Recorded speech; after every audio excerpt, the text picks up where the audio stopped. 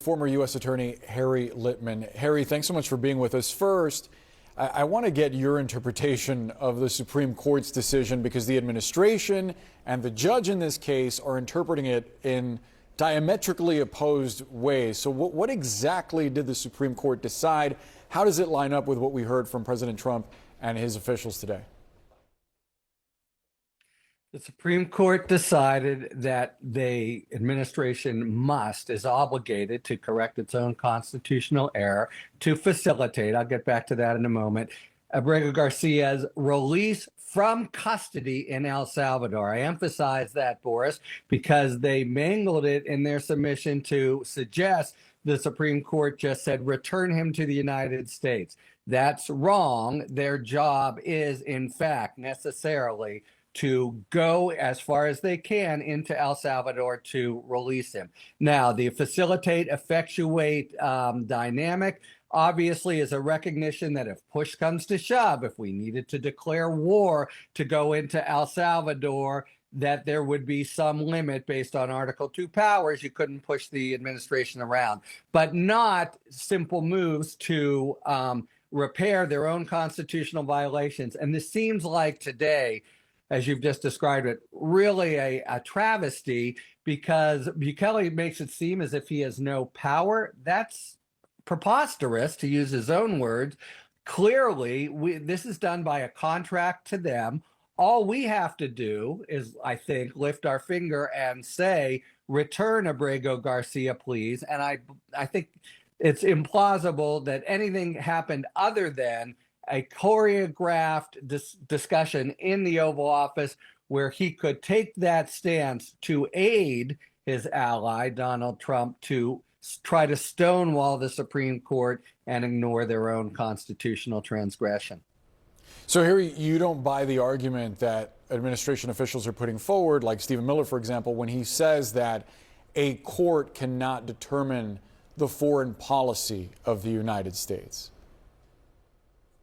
Look, it's all in the details, of course, Boris. What he's trying to reference is cases where you can't ultimately say, go to war, tell us where the troops are. This is, you have a contract and you must, there's no argument about the facilitate part. You must facilitate his release from custody in El Salvador to remedy your own constitutional violation. Obviously, that involves some communication with El Salvador, some request, which would be very easy, of course, in our contractual relationship. So to the extent he is saying that the mere mention of another country means you must be hands off, yes, that's wrong and contradicted by the Supreme Court's express holding last week and much other law. What about his argument that Abrego Garcia was not mistakenly deported? He says, quote, when you have a withholding order, to be clear, that is not pause your deportation. What do you make of that explanation? It is monstrous. That was what the order said is, you made whatever you do with this guy, don't send him to El Salvador where he is going to be subject to gang violence. That's a lawful order. And the attempt by the president to just say, well, I say otherwise. You can't say otherwise. That's the whole point, unless a court determines it and Abrego Garcia has a chance to contest it. And the only thing they've even pointed to is a stray remark by a confidential informant that really was discredited. So it's not simply false, but a real contradiction of the rights of due process before that determination, which could cost Abrego Garcia his life, is made. It is not to Donald Trump to now say ex post facto, he's a terrorist after all, don't worry about it. Well, what about this indication from President Trump that he would consider sending U.S. citizens described as homegrown criminals to El Salvador?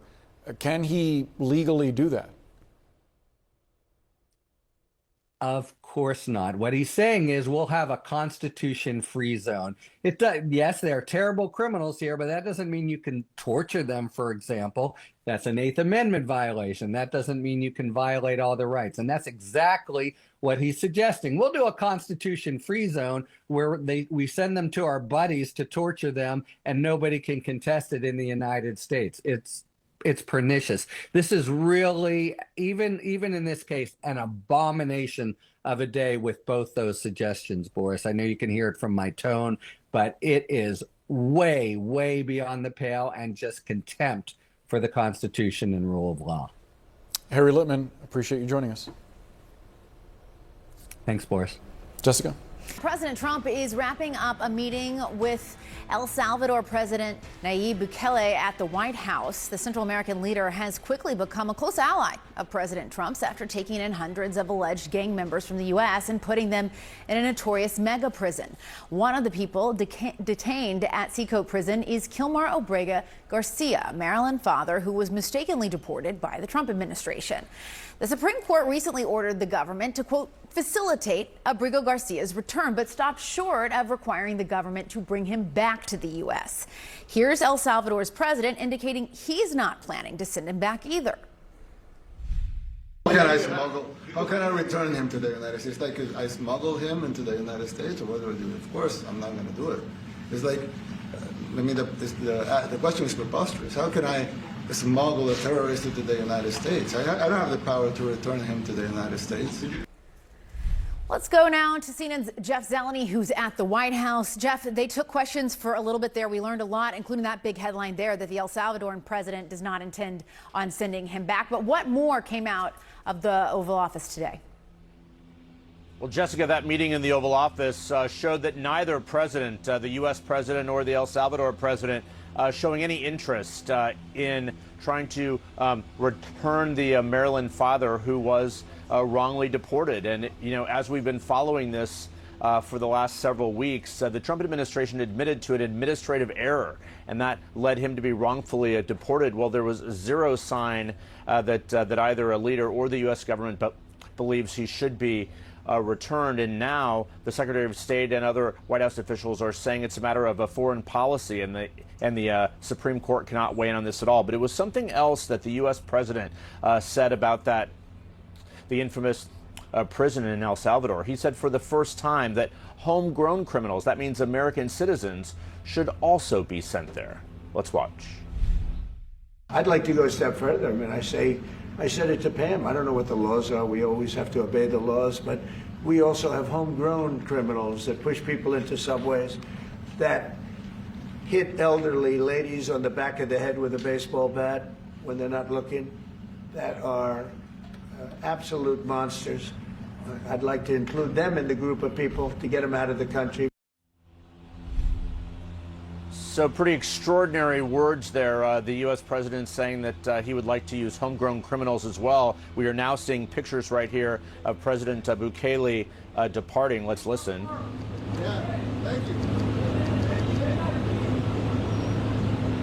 So departing after his lunch with the president and members of his delegation have been meeting for a couple hours or so. But one of the biggest headlines, of course, is how central to the Trump administration's immigration plans the prison in El Salvador has become. And clearly, Trump has an ally in President Bukele. The smiles all around certainly made clear of that, Jessica. Yeah, no doubt about that. Jeff Zeleny at the White House, thank you so much for that reporting.